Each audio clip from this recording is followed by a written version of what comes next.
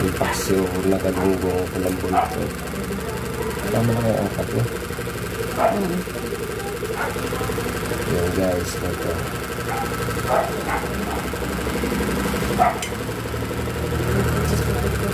Okay, ganito ko guys, ang pagbatang galunggong kulambon ito. Ito. Yan. Nagpapaksirin ito guys. Paksirin natin guys. 3 ikot sa dahon. Sabay ilalagay natin sa kaserula. Bago sa makalas. Yan, ganyan lang guys.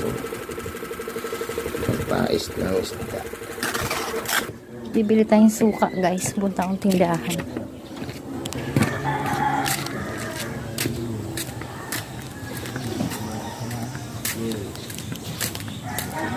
Bibili tayo ng suka. Mother, biling suka.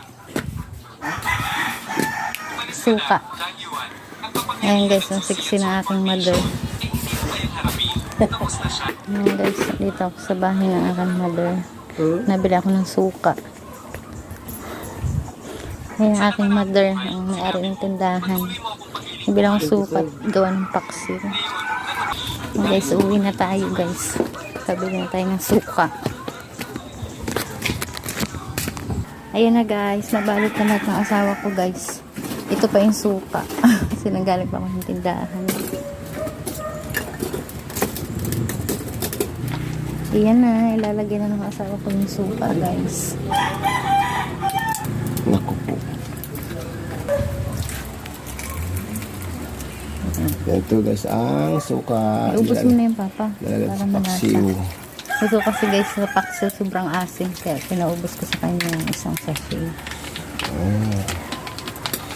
I-check na natin guys kung okay na yung ating nilutong paksiw. Yan, kumukulo na siya guys. Medyo madilim. Ayan, hindi pa siya pwede.